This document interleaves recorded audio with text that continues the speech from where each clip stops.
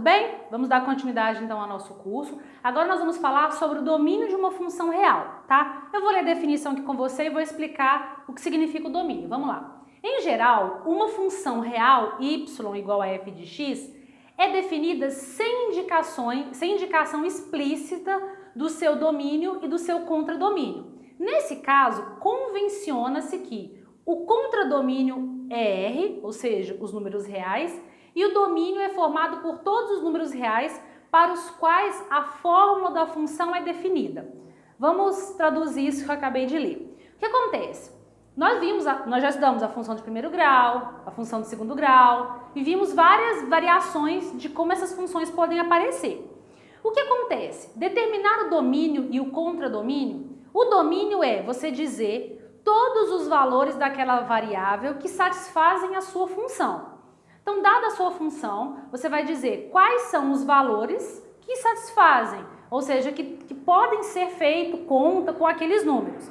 E o contradomínio de forma similar. Como no exercício, na questão, geralmente só vem lá a nossa função, não está escrito explicitamente qual é o domínio e qual é o contradomínio dessa função. Então é você que tem que verificar quais são esses valores. Como que essa verificação é feita, já que o conjunto que nós estamos trabalhando é o conjunto dos números reais e esse conjunto é um conjunto infinito? Existem aqui duas determinações que a gente vai analisar. Então, a primeira coisa que você tem que pensar é o seguinte: para determinar o domínio de uma função, você vai verificar onde essa função apresenta problema.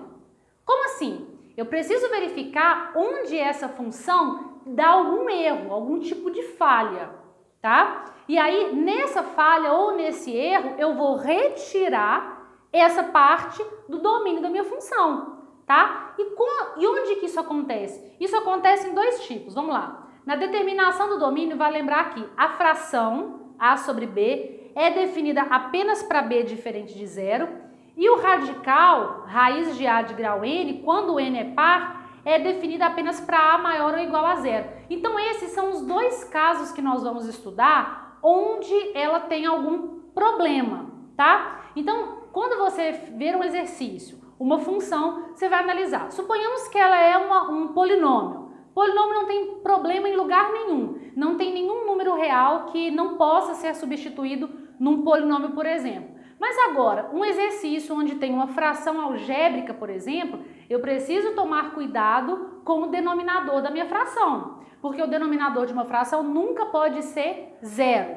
ok? E quando eu estiver trabalhando também com uma função e essa função tiver uma raiz onde o grau, o índice dessa raiz for um número par, eu também tenho que lembrar que não existe raiz negativa de índice par.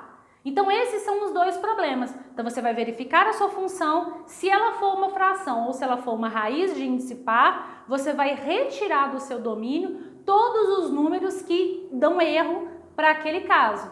Então essa é a forma como a gente verifica o domínio de uma função. Então a sua resposta vai ser todos os números reais menos o problema onde ela aparece, ok? Vou fazer com você agora uma questão para aprofundamento para entender bem esse conceito. Vamos lá.